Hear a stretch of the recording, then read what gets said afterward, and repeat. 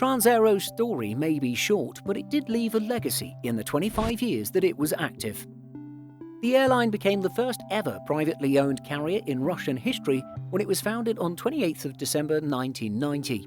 However, it filed for bankruptcy on the 1st of October 2015 before ceasing operations in the same month. Today, we'll go over the rise and fall of this Russian airline. The fall of the Soviet Union opened up new opportunities in the region. Aeroflot dominated Russian aviation, but a new player fancied its chances.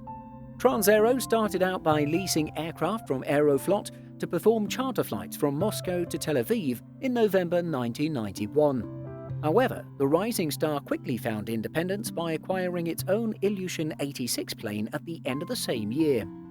Its first scheduled service was a domestic flight between Moscow and the industrial city of Norilsk. In the next few years, the airline rapidly expanded across the broader region with flights to Kyiv, Sochi and Almaty before making Tel Aviv a scheduled service in 1993. As Transaero kept growing through the 90s, newer planes were also needed. Therefore, it soon took on the Boeing 737-200, 757-200 and the 737-700. This progress helped the company become the first Russian airline to have a frequent flyer program. Furthermore, it was the first Russian carrier to receive FAA maintenance certification.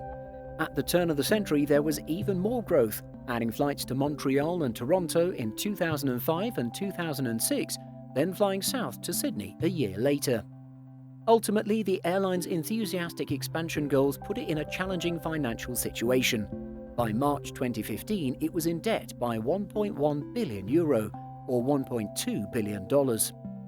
Moreover, the Russian economy was in a bad state, which meant that fewer passengers were traveling to and from the country. Therefore, the company was forced to cease operations before the year was over. Even though it's been 5 years since Transaero last took to the skies, it has recently had an impact on global affairs. The operator never had a chance to take delivery of its 747-8 units.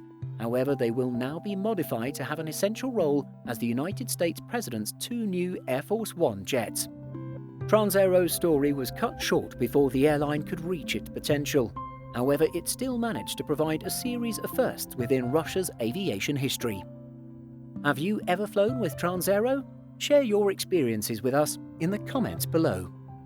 If you like this video, please like and subscribe to the Simple Flying channel and be sure to click the notification bell.